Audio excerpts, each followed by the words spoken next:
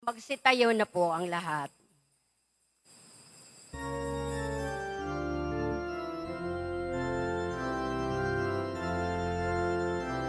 Magsiawit kayo sa Panginoon ng isang bagong awitin. Magsiawit kayo sa Panginoon, buong sandaigdigan.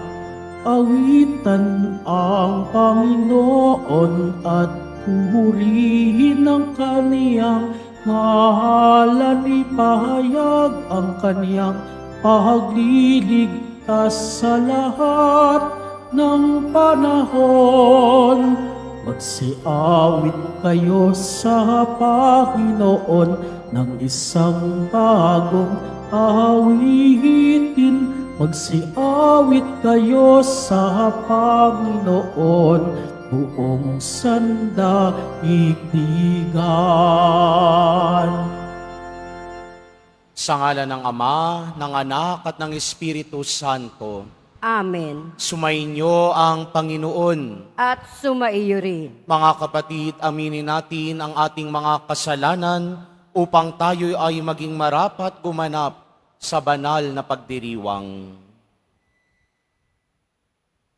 Sinugong tagapagpagaling sa mga nagsisisi, Panginoon, kaawaan mo kami. Panginoon, kaawaan mo kami. Dumating na tagapag-anyaya'y mga makasalanay magsisi, Kristo, kaawaan mo kami. Kristo, kaawaan mo kami. Nakaluklok ka sa kanan ng Diyos Ama para ipamagitan kami. Panginoon, kaawaan mo kami. Panginoon, kaawaan mo kami. Kaawaan tayo ng makapangyarihang Diyos, patawarin tayo sa ating mga kasalanan at patnubayan tayo sa buhay na walang hanggan. Amen. Manalangin tayo.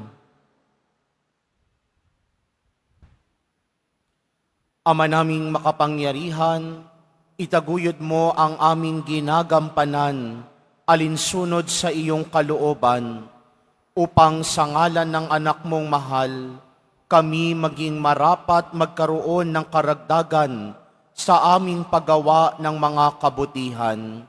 Sa pamamagitan ni Jesucristo, kasama ng Espiritu Santo, magpa sa walang hanggan. Amen.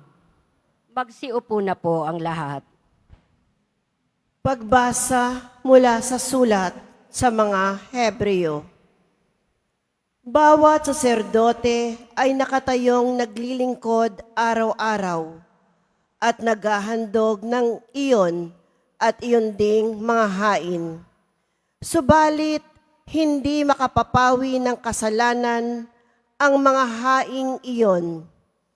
Ngunit si Kristo ay minsan lamang naghandog dahil sa mga kasalanan, at ito'y sapat na.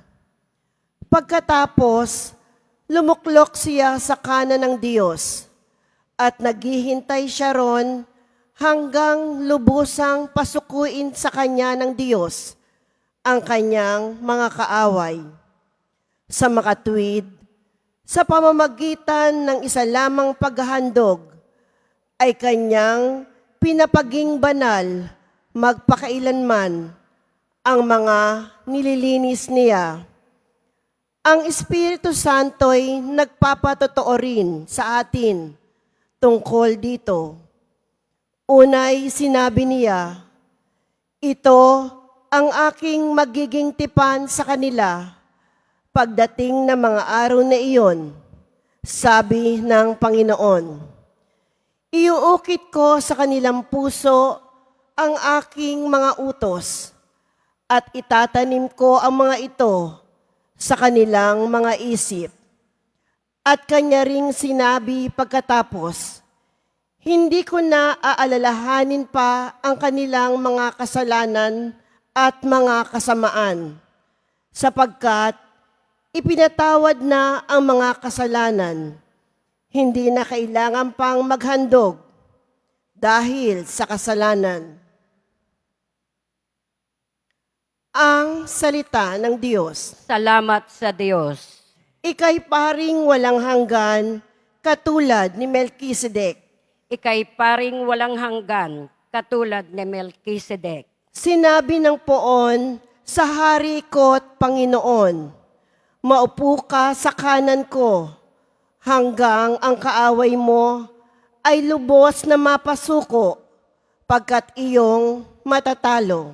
Ika'y paring walang hanggan, katulad ni Melchizedek. Magmula sa dakong Siyon ay palalawakin niya ang lupaing iyong sakop, at lahat ng kaaway mo'y sakupin at pagharian, gayon ang kanyang utos.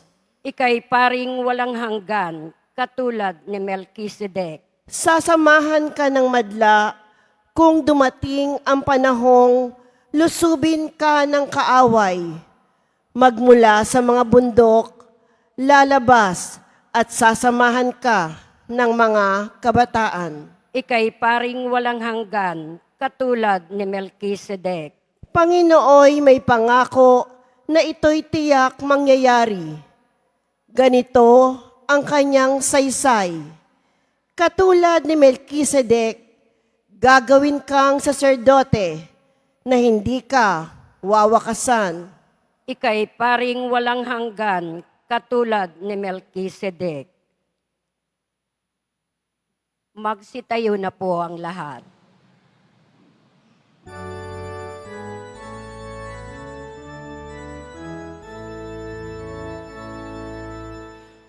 Hallelujah, Hallelujah, Hallelujah, Hallelujah.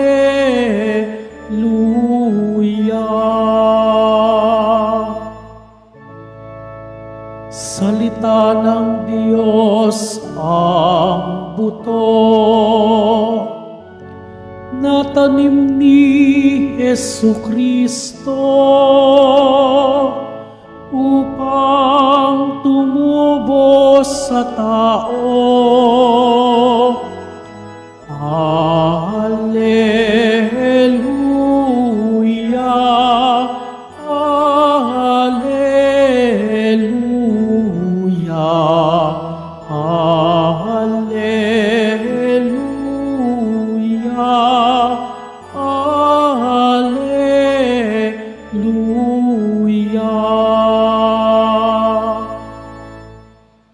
Sumainyo ang Panginoon. At sumaiyo rin. Ang mabuting balita ng Panginoon ayon kay San Marcos. Papuri sa iyo, Panginoon. Noong panahong iyon, muling nagturo si Jesus sa tabi ng lawa ng Galilea. Pinagkalipumpunan siya ng napakaraming tao, kaya't lumulan siya sa isang bangkang nasa tubig at doon naupo. Ang karamihan na may nasa dalampasigan, nasa gilid na ng tubig, at sila'y tinuruan niya ng maraming bagay sa pamamagitan ng talinghaga. Ganito ang sabi niya, pakinggan ninyo ito. May isang magsasaka na lumabas upang maghasik. Sa kanyang paghahasik ay may mga binhing nalaglag sa daan. Dumating ang mga ibon at tinuka ang mga iyon. May mga binhi namang nalaglag sa kabatuhan. Agad sumibol ang mga iyon sapagkat manipis lamang ang lupa doon. Ngunit nang tumindi ang sikat ng araw, nalanta at natuyo ang mga binhing tumubo. Palibhasay walang gaanong ugat. May binhi namang nalaglag sa dawagan. Lumago ang mga dawag at ininis ang mga binhing tumubo, kaya hindi nakapamunga.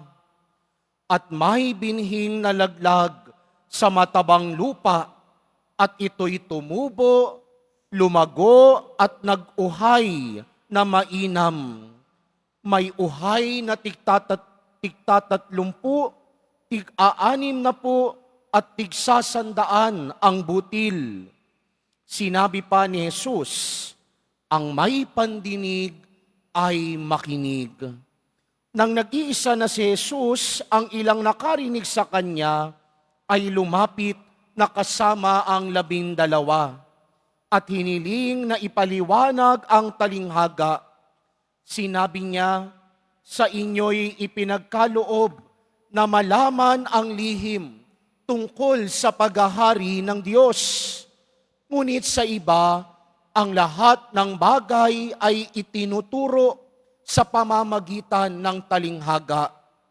Kaya nga't tumingin man sila ng tumingin, ay hindi sila makakita.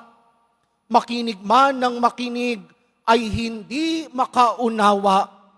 Kundi gayon, marahil sila'y magbabalik loob sa Diyos at patatawarin naman niya. Pagkatapos tinanong sila ni Jesus, hindi pa ba ninyo nauunawaan ang talinghagang ito? Paano ninyo mauunawaan ang ibang talinghaga? Ang inihahasik ay ang salita ng Diyos. Ito ang mga nasa daan na nahasikan ng salita. Pagkatapos nilang mapakinggan ito, pagdakay dumarating si Satanas at inaalis ang salitang napahasik sa kanilang puso. Ang iba'y tulad naman ng napahasik sa kabatuhan. Pagkarinig nila ng salita, ito'y agad nilang tinatanggap ng may galak. Ngunit hindi naman ito tumitimo sa kanilang puso, kaya't hindi sila nananatili. Pagdating ng kahirapan o pag-uusig dahil sa salita, agad silang nanlalamig. Ang iba'y tulad ng napahasik sa dawagan. Dininig nga nila ang salita, ngunit sila'y naging abala sa mga bagay ukol sa mundong ito. Naging maibigin sa mga kayamanan at mapaghangad sa iba pang mga bagay. Ano pat ang salita'y nawalan na ng puwang sa kanilang mga puso, kaya't hindi sila nakapamunga. Ngunit ang iba'y tulad sa binhing napahasik sa matabang lupa. Pinakikinggan nila at tinatanggap ang salita at sila'y nagsisipamunga. May tig-tatlumpu, may tig-aanim na po, at may tig-sasandaan. Ang mabuting balita ng Panginoon. Pinupuri ka namin, Panginoong Heso Kristo. Magsiupo na po ang lahat. Magandang umaga po sa inyong lahat.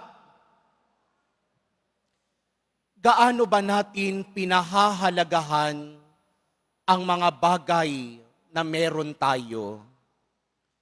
Ginagamit ba natin sa tama? Iniingatan ba natin? O baka natitake for granted na natin? Hindi na natin napapansin, maraming araw, maraming panahon, maraming oras na pala ang nasayang dahil feeling natin hindi naman tayo mauubusan. Gaano ninyo pinahahalagahan ang mga magulang ninyo? Gaano nyo pinahahalagahan ang mga talento at biyaya na meron kayo?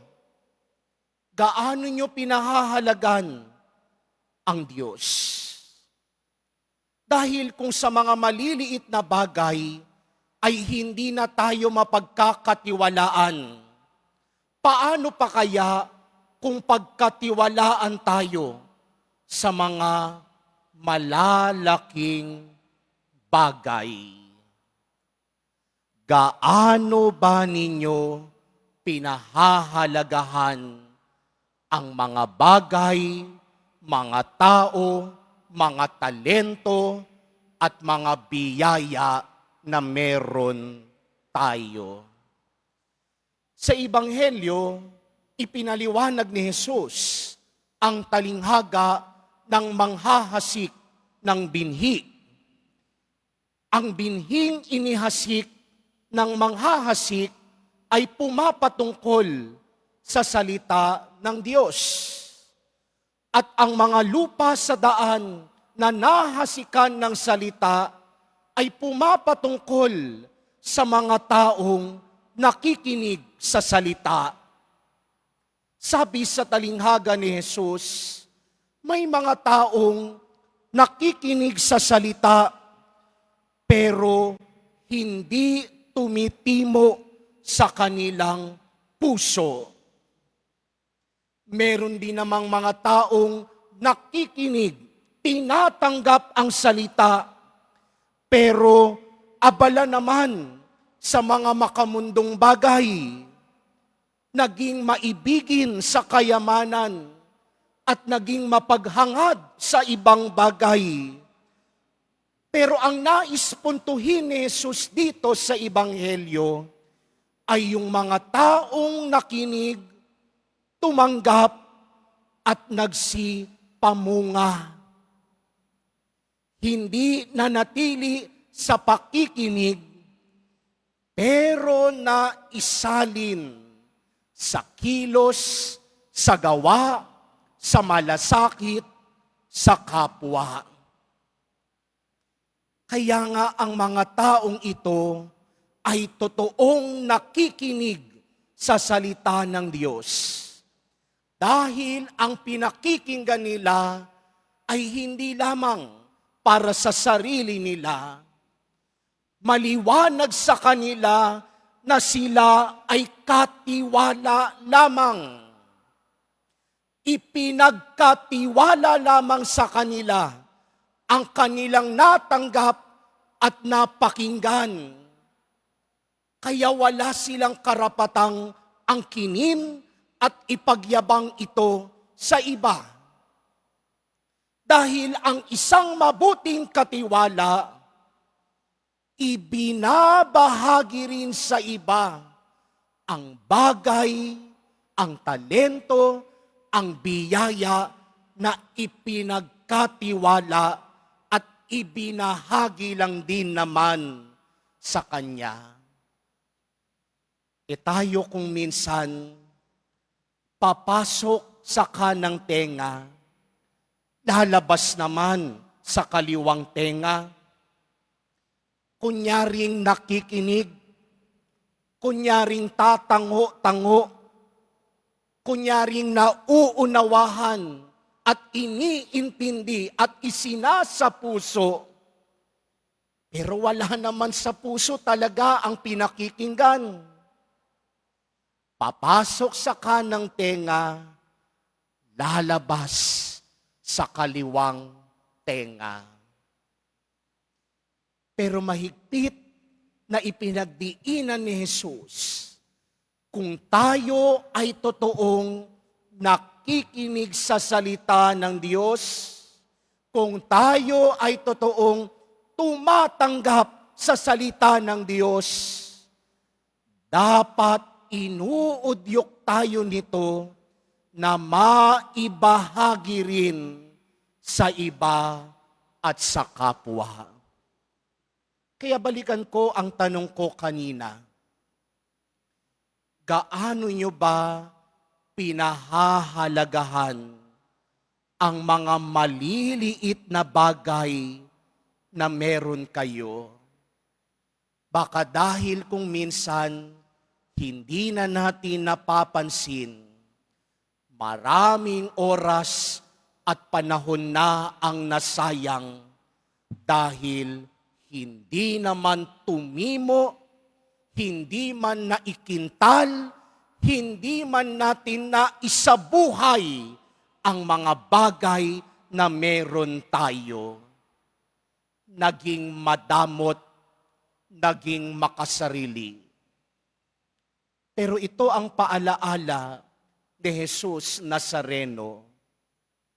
Kung ikaw ay totoong nakikinig, kung ikaw ay totoong nagdedebosyon, hindi nananatili sa pakikinig at debosyon ang ginagawa, bagkus kaalinsabay ng pakikinig at pagdedebosyon ang pagsasalin nito sa gawa. Debosyon, traslasyon, misyon.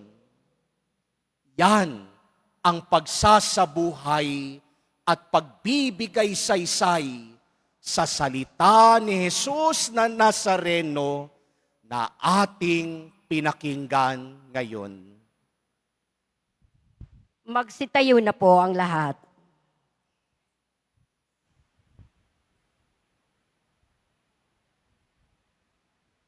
Minamahal kong mga kapatid, tinuturuan tayo ni Kristo sa pamamagitan ng mga talinghaga. Si Kristo ang manghahasik ng binhi ng salita ng Diyos. Tumugon tayo sa kanyang gawaing ito sa pamamagitan ng ating pagtawag sa Ama. Sa bawat panalangin ang ating itutugon, banal na manghahasik, basbasan mo kami. Banal na manghahasik, basbasan mo kami. Ang simbahan sa daigdig, naway maging tulad ng mayamang lupa na nagbibigay bunga ng tig-iisang daang ani. Manalangin tayo. Banal na manghahasik, basbasan mo kami. Ang mga pinuno ng mga bansa, naway mamuno sa pamamaraang kaaya-aya sa Diyos at sa kanilang nasasakupan. Manalangin tayo. Banal na manghahasik, basbasan mo kami. Ang mga hindi nasisiyasat ng mga ambisyon at pagkamakasarili, naway hindi makasagabal sa salita ng Diyos sa ating buhay. Manalangin tayo. Banal na manghahasik, basbasan mo kami. Ang mga may sakit, naway makaranas ng nakapagpapagaling na kapangyarihan ni Kristo. Manalangin tayo. Banal na manghahasik, basbasan mo kami. Ang mga pumanaw, naway magtamasa ng liwanag, kaligayahan at kapayapaan sa langit. Manalangin tayo. Banal na manghahasik, basbasan mo kami. Sa ilang sandali ng katahimikan, ating ipanalangin ang iba pang mga pangangailangan ng ating pamayanan, gayon din ang mga intensyon na inialay sa ating misa sa araw na ito, at isama rin natin ang ating mga pansariling kahilingan. Manalangin tayo. Banal na manghahasik, basbasan mo kami. Makalangit na Ama, tulungan mo kaming makilala ang binhi ng iyong salita at gawa sa aming buhay. Huwag nawa kaming magambala ng mga alalahanin ng mundong ito, bagkus maging maliksi kami sa paglilingkod upang mamunga ang aming mga mabubuting gawain. Hinihiling namin ito sa pamamagitan ni Kristong aming Panginoon. Amen.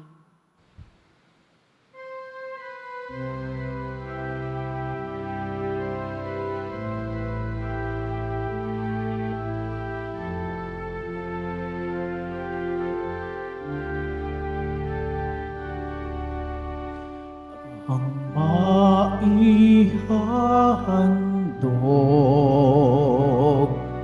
sa'yo, Panginoon, ay tinapay at alak mula sa aming kamay. Sa iyong kabutihan, aming iaalay ang tinapay at alak sa gisag ng aming buhay.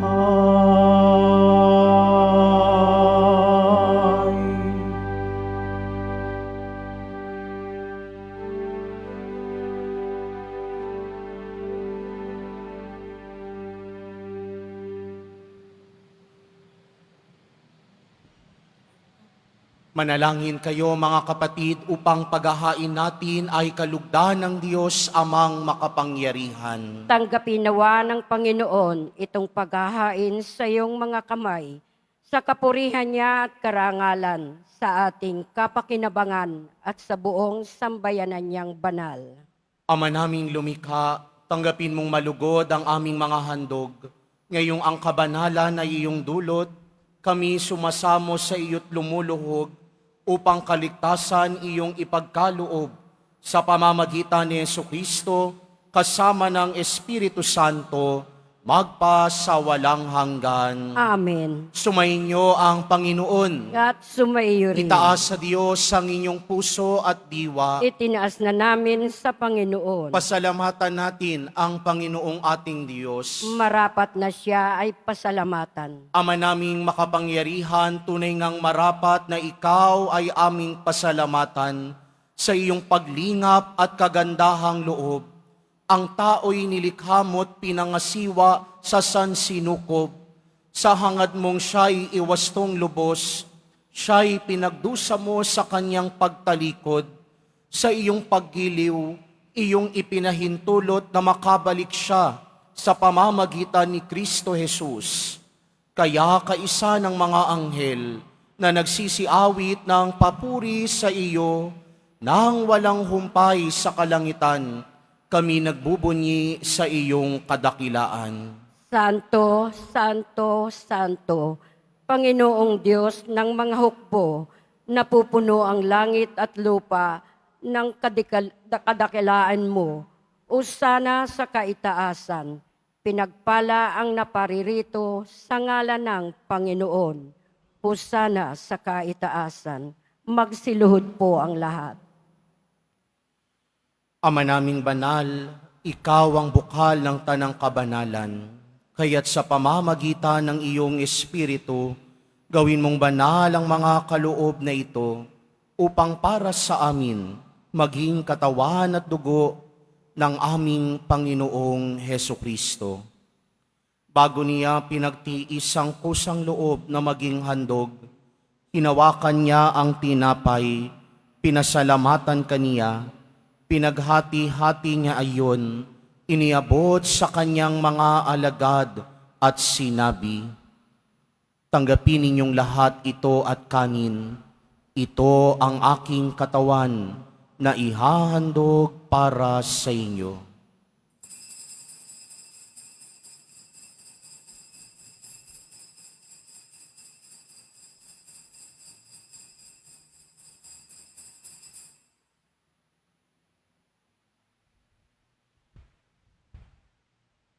Gayun din naman noong matapos ang hapunan, hinawakan niya ang kalis, muli kanyang pinasalamatan, iniabot niya ang kalis sa kanyang mga alagad at sinabi, tanggapin ninyong lahat ito at inumin. Ito ang kalis ng aking dugo, ng bago at walang hanggang tipan. Ang aking dugo na ibubuhos para sa inyo at para sa lahat, sa ikapagpapatawad ng mga kasalanan. Gawin ninyo ito sa pag-alala sa akin.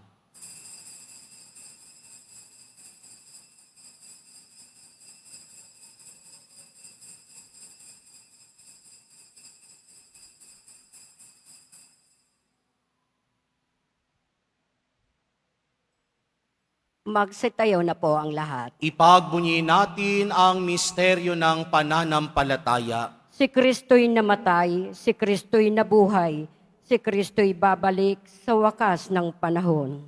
Ama, ginagawa namin ngayon ang pag-alala sa pagkamatay at muling pagkabuhay ng iyong anak, kaya't iniaalay namin sa iyo ang tinapay na nagbibigay buhay at ang kalis na nagkakaloob ng kaligtasan.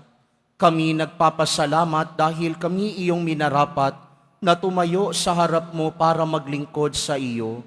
Isinasamo namin kaming magsasalo-salo sa katawan at dugo ni Kristo ay mabuklod sa pagkakaisa sa pamamagitan ng Espiritu Santo. Ama, lingapin mo ang iyong simbahang laganap sa buong daigdig. Puspusin mo kami sa pag-ibig. Kaisa ni Francisco na aming Papa, at ni Jose na aming obispo at ng tanang kaparian.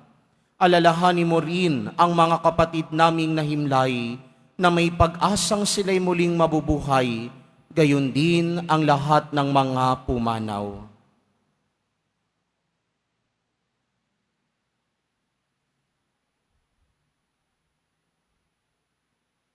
Kawaan mo sila at patuloyin sa iyong kaliwanagan.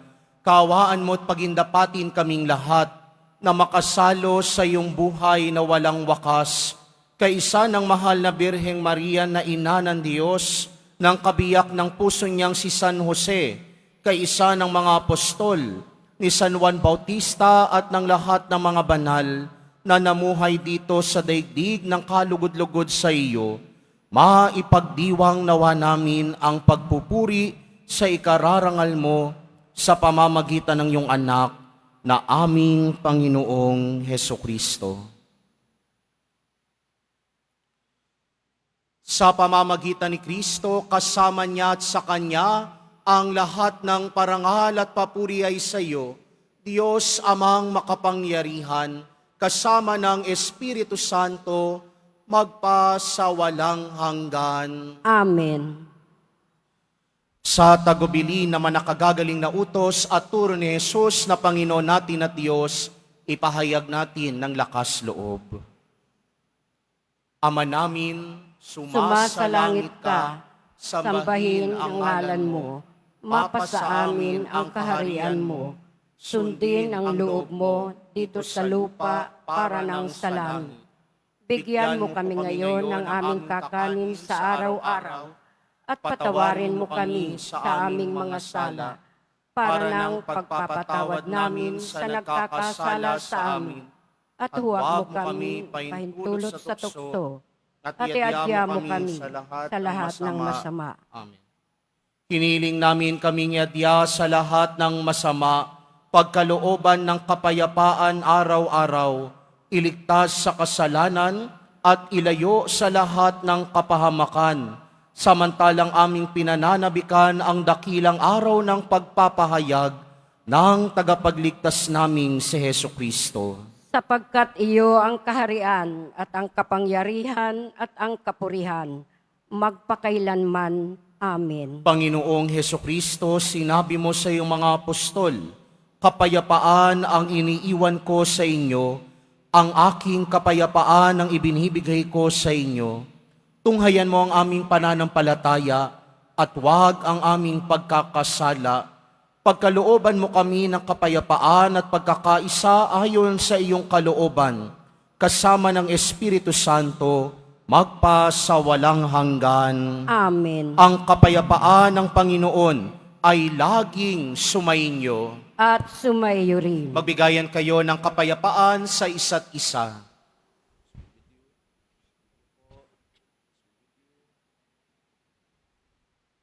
Kordero ng Diyos na nag-aalis ng mga kasalanan ng sanlibutan, maawa ka sa amin.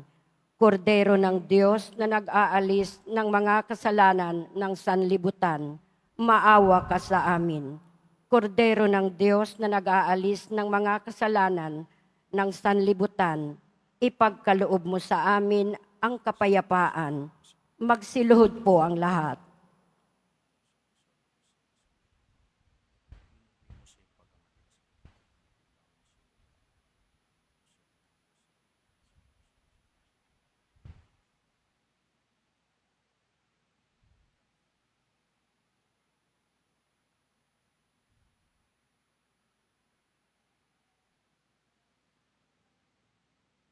Ito si Jesus, ang Kordero ng Diyos, na nag-aalis ng mga kasalanan ng sanlibutan.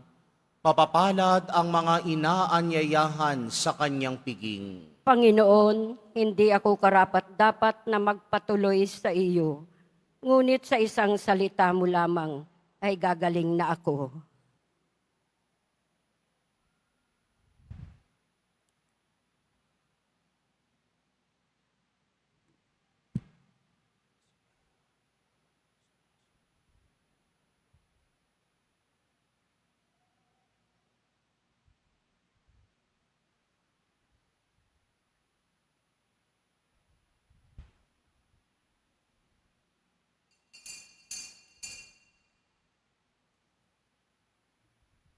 para sa lahat ng tatanggap ng banal na komunyon. Sasagot po tayo ng amin pagkasabi ng pari o ng lay minister ng katawan ni Kristo at isubo agad sa bibig bago umalis sa harapan ng pari o lay minister. Sumunod po tayo.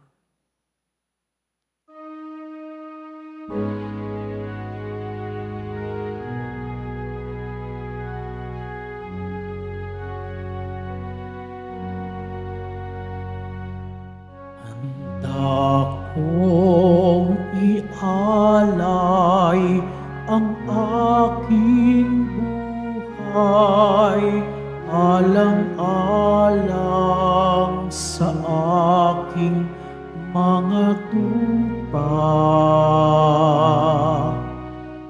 Handa kong ibuwis ang lahat ng sa akin, alang-alang sa iyong kaligtasan. Batid ko kung sino ikaw, akong pastol mong sa'yo'y nag-alaga. Batid mo rin kung sino ako, na nagmamahal sa iyong lubos. Handa kong ialay ang aking buhay, alang-alang sa aking mga tupa. Handa kong ibuwis ang lahat ng sa akin, alang-alang sa iyong kaligtasan. Kahit na mawalay sa aking piling, ikaw ay aking hahanapin. At kapag ika'y natagpuan, pauwi sa balikat ko'y ipapasan. Handa kong ialay ang aking buhay, alang-alang sa aking mga tupa. Handa kong ibuwis ang lahat ng sa akin, alang-alang sa iyong kaligtasan. Handa kong ialay ang aking buhay, alang-alang sa aking mga tupa. Handa kong ibuwis ang lahat ng sa akin, alang-alang sa iyong kaligtasan. Huwag na sanang lumayo sa aking pastulan. Ako ang iyong pastol na nagmamahal sa'yo. Mainam lamang aking handog na batisan, ang buhay ko'y kaloob, alang-alang sa'yo, alang-alang sa'yo, aking mahal.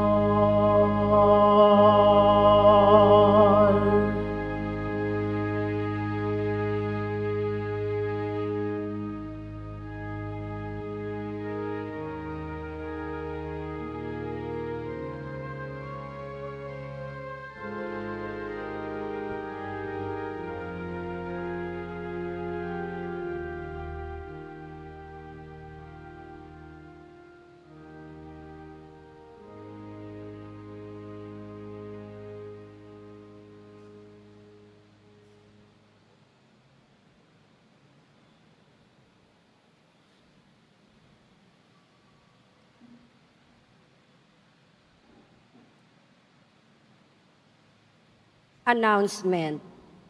Sa darating na Sabado, February 1, 2025, sa ganap na ika-5, 6, 7 ng gabi ng misa at sa linggo, February 2, 2025, ay ang kapistahan ng pagdadala kay Jesus na Panginoon sa templo o mas kilala rin sa tawag na Piyesta ng Candelaria. Ang araw na ito ay araw ng pagbabasbas ng mga kandila. Tanda na si Jesus na ating manunubos, ang siyang dakilang liwanag. Ang lahat ay inaanyayahan na magdala ng mga kandila at sa bawat misa na gaganapin ay magkakaroon ng pagbabasbas. Mga kadiboto, mabibili pa rin po sa ating Paris Finance Office ang Nazareno Images, Nazareno Medallion, at ang Nazareno Novena and Prayer Booklet, and English or Tagalog. Pagkatapos po ng misa, wiwisakan po ang lahat ng banal na tubig. Pinakikiusapan ng lahat na manatili lamang muna sa inyong mga lugar, tanging sa Quezon Boulevard o sa Plaza San Juan lamang ang labasan ng lahat. Sumunod po tayo. Maraming salamat po sa inyong pagdalaw at pagsisimba sa Basilica Minor at Pambansang Dambana ni Jesus Nazareno.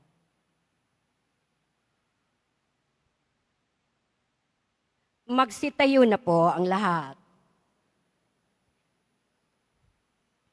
Manalangin tayo.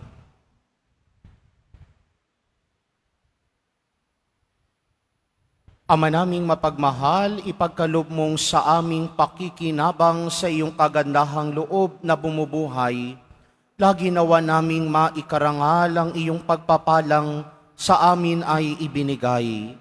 Sa pamamagitan ni Jesucristo, kasama ng Espiritu Santo, magpasawalang hanggan. Amen. Ngayon ho ay ang unang taon na anibersaryo ng pagkakatalaga sa atin bilang pambansang dambana ni Jesus Nazareno, National Shrine of Jesus of Nazareth of Jesus Nazareno.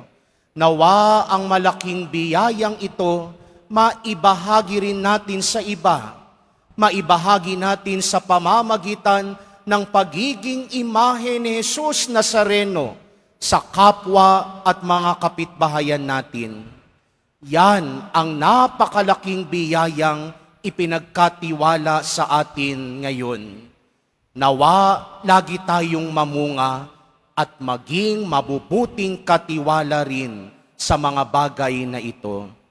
Sumayin niyo ang Panginoon. At sumayo rin. Mahal na poong Jesus Nazareno, inihayag mo sa pamamagitan ng krus ang walang maliw na pag-ibig ng Diyos sa sangkatauhan. Pakinggan mo ang kahilingan, lalo na para sa mga nangangailangan ng iyong tulong at awa. Makamtan nawa namin ang iyong kasagutan na may utang na loob na tinatanaw. Basbasan din po ninyo itong mga imahen at dasalan upang lalo kaming manalangin at magtiwala sa pamamagitan ng bendisyon na ito, naway lalo kaming maging mapaglingkod, masunurin at tapat sa iyo na aming maluwalhating Panginoon, magpa sa walang hanggan. Amen. Pagpalain at pag-ingatan kayo lagi ng makapangyarihang Diyos, Ama, Anak, at Espiritu Santo. Amen. May alay na ang banal na misa, humayo kayong taglay ang kapayapaan ng poong Jesus Nazareno. Salamat sa Diyos.